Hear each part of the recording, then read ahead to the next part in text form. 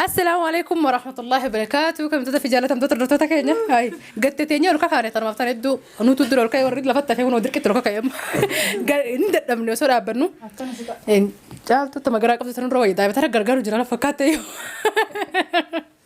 أكاسي إيجا حاجة ما وني هاسو جرو وني سيرد بس جرون برانك سنقوني قارو برانك كم فصلت أنا يادا كيسا هم درا كذا كيسا سن رافوني سن رايادا كيسا برر رجع فولا درات اللي ما يادا يعني نما كنا يجني كمفاجأة تنتاني في الشك وكان يموت وكجافر تنتاني في الشورى هاتا وتدي دبي جباب صورة في الشورى يادا سن را فولي رتي أما سجنتا كنا كروجات فينا الشورى سونس ما إني حفلان كانوا مجالتي قارو أمو surprise caaltu godhuu fi surprise ammoo asitti son taane biyya biroo irratti qophaa'ee fi jira jechuudha. Surprise asitti taatu nuti akkanumatti waan biggine gogooree qopheessina. Surprise guddaan biyya biraatti qophaa'ee fi jira. Innis maalidhaa eessatti qophaa'ee fi haasoo isinitti hin dheeressu haasoo jibbitanii mataa isin garagala duraanuu kirkirii teennanii adaamatti jechuudha. Shuggaa guutuu mana kireessa fi sayidoon farrashee fi caaltuudhaaf jechuudha. Duraanillee galii jedhee kadhatu jira inni. Achitti haadeetu cinqii kanuma hundarraa cinqii faayotirrallee cinqii hajjiitirrallee hayyee faayoo keessa jirtu hayyee sodaan nayyuu nuti hayyee cinqii hajjiitirraa jechuudha kala faayoo keessa baafna jechuudha amma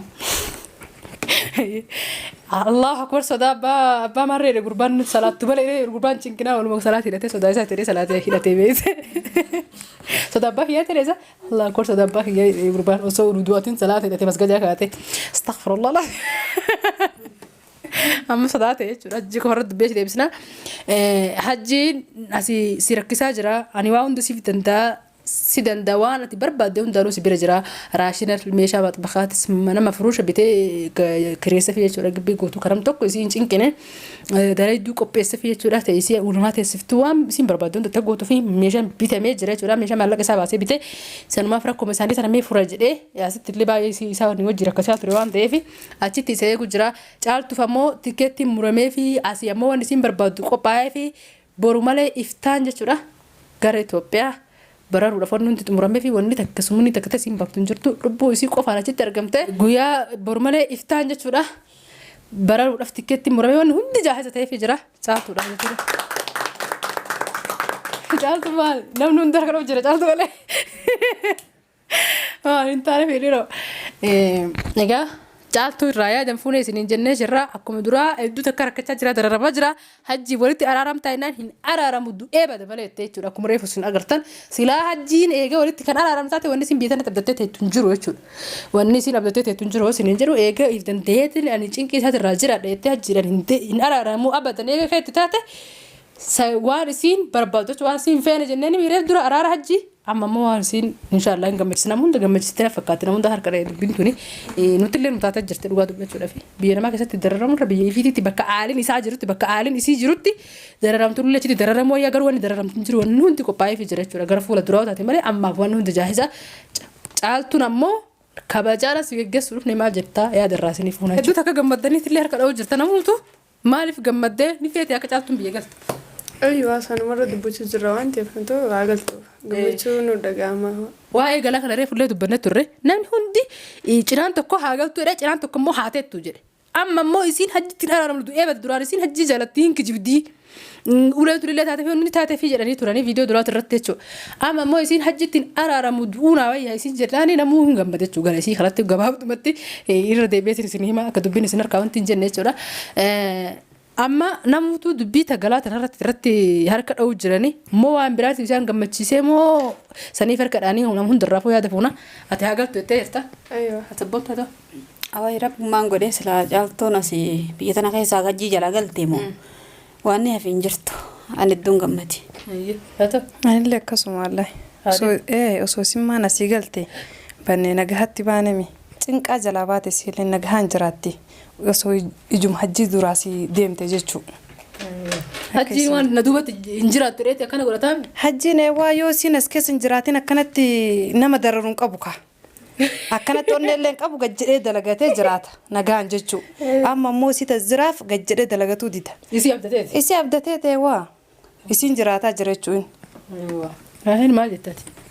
Ani walumaan adeeman inshaallah jiran ji'aan boodanis duuba adeemu jechaan jiran. Galeetti dararuuf deemtaa malleeti. Yaa dararuufi jaarsa ishiiti. caaltu booda yaada fuuna namni hundi gammachiisee jirte dubbiin kun sirraa hin asee gara. Alleen baay'ee takkina gammachiiftee waan akkanaan gammadin itti fakkaata galuuf irra wayyaa jabbatti. Anilleen akkasuma irraa galtu achitti dafiraa dhaltuun jaa. Ija warra ofii duratti rakkatanis rakkachuu wayii. Faayoo dhiis faayoo kan dubbanne. Lees Yaada fi hin barbaanne. yaa jamaa gammachuu faayoo tanan takkaa tokko irraan tana gammadee tun beeku bara. Maal? Haa galtee ummaa isii biratti teessu irra wayyaadha. Waamma tole wanti Dhufte kun ijaarsa kophaa meecha. Ani jedheera durani. isin maal isin jinga jaartu keena hafee isin galchuu barbaade.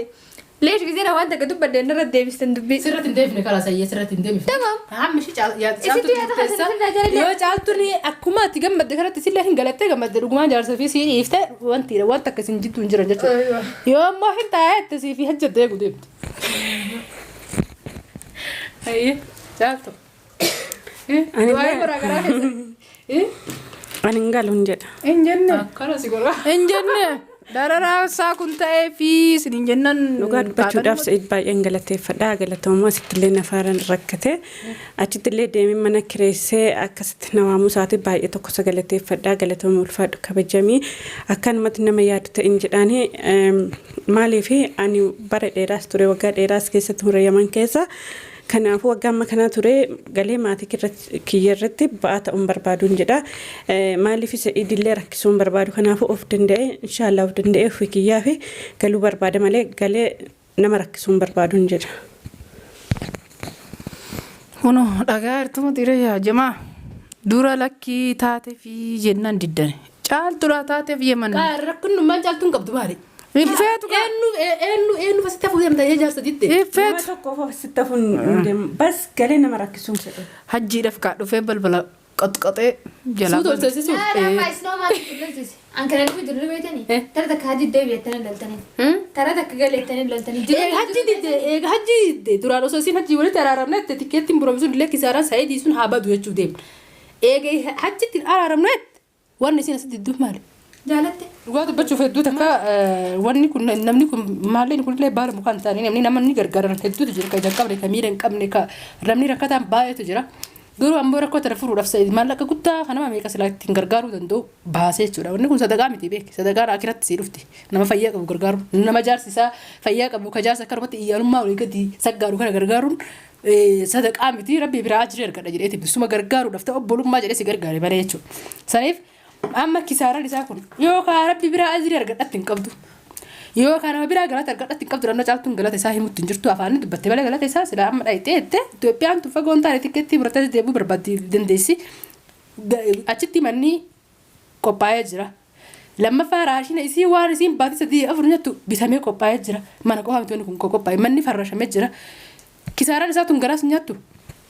Garaan nyaata garuu otoo dura natti meeti waca kana hundan baasin hin jedhan natti nimnenillee kanaafuu dhugaa otoo dura naan marjateetti nima naanillee marjenne Sa'id kala dhiifama gaafadhe ani galuu hin danda'u. Qoy akkamitti dhiifama gaafatta. Waa kana erga maallaqni kun ba'e akkam goota. Maallaqni kun maallaqa xiqqaa miti. Yookiin immoo akkuma tasaatitti waan deebi'u miti meeshaan bitame manni farrashame manni kireeffame maal jechuudha. Maaqiqaama amma 8 oliitu yoo xiqqaate hojjetamee bara. Inni rakkoon qabu maal nama kireeffatu hunduun jira achi keessa. Namni kireeffatu Ka hunduun. hiqaamaa sisii hojii takkeetti si muren bara. Ka Itoophiyaanis. Iqaama durayyuu nan qabameen.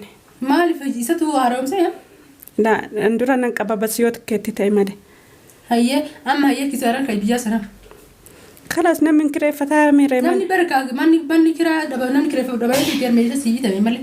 Waan nyaattu dhuutumta sii bitame bara. Waa irratti deettu sii bitame. Siree daa'imni riciiftu sii bitame. kalaas nama galuu hin danda'u gama gochuu hin danda'u. Hayyee akkuma dhageettan daawwattoota keenya dubbiin deemtee tunu waan tanuma. Ulee malee kabajaan nuun taatudhani ani keessa hin jiru garuu wallaahi ulee malee kabajaan bakka namni kabajaan akkanatti shururuu godhe kana diddee bakka. Tafsiira kana ni saamee kan matti fassaru kan. Lees namni fedhe gaafa fedhe galuudhaaf mirga qaba. Yoo fedhe taa'u mirga qaba deemu mirga qaba. Sa'iidummaa nu gaafachuu qaba ture duraayyuu. Amma inni itti gammaddee yaada kanarraa qeebaltiidha malee yaadni isaa kanarratti hidhaa miti jechuudha ni diddi waan caaltuun jedhamu wayituuf keessa fuu hagee jira tokkoffaa anu bileessisiitii na dhageessii bira dhaabbadhaa ammallee yaadni kiyya kuni hin taa'aaf jedhee yaade leesh as keessatti dararamu jirti hojii dhaabdee jirti amma eega garaa godhatte booda kanaaf teessee waan dalagattee harka qabdu fixuu malee waan takkallee hin jiru Itoophiyaatti ammoo gabbuute wanni hundi jaahiza waan ta'eef waan dalagaatti uummattu qofatu sii barbaachisa dalagaa sana uummattee keessa teettee hojjechuudha. Wanni hojjeta waan baay'ee jira onlaayinaan hojjechuu dandeettii mana kee waa barattee keessa teettee hojjechuu dandeessaa wanni hojjeta waa dhibba takka waan ta'eef hojiin uumnaaf illee kunillee karoora itti bahee ture jechuudha.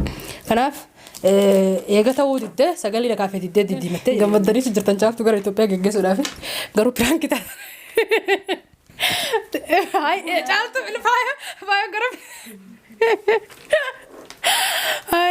piraankii taata jettanii caaltuun galuuf hin deemtu sapiraasii biraatti asitti qophaa'eef jira viidiyootti ol kaasa ta'e walitti deebina. Tagad.